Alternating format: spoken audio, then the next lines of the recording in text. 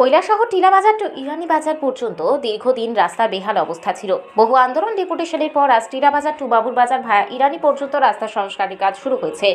কৈলাসহর উত্তরাঞ্চল মানুষের দীর্ঘদিনের সমস্যার কিছুটা হলেও অবসান হতে চলেছে।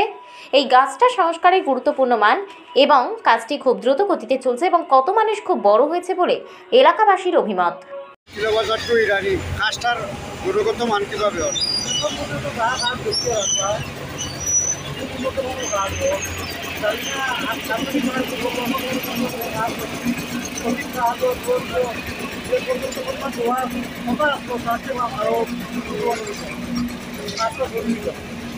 আমার নাম মোহাম্মদ রফিক আলী।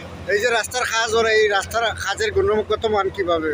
কাজটা তো মেনটেনেন্স কাজ অনেক সুন্দর কাজ হচ্ছে, কারণ আমরা আশা করছি না উত্তরাঞ্চলে যে মেনটেনেন্স কাজে এইরকম পেপার মিটিং দিয়ে কাজ হইব।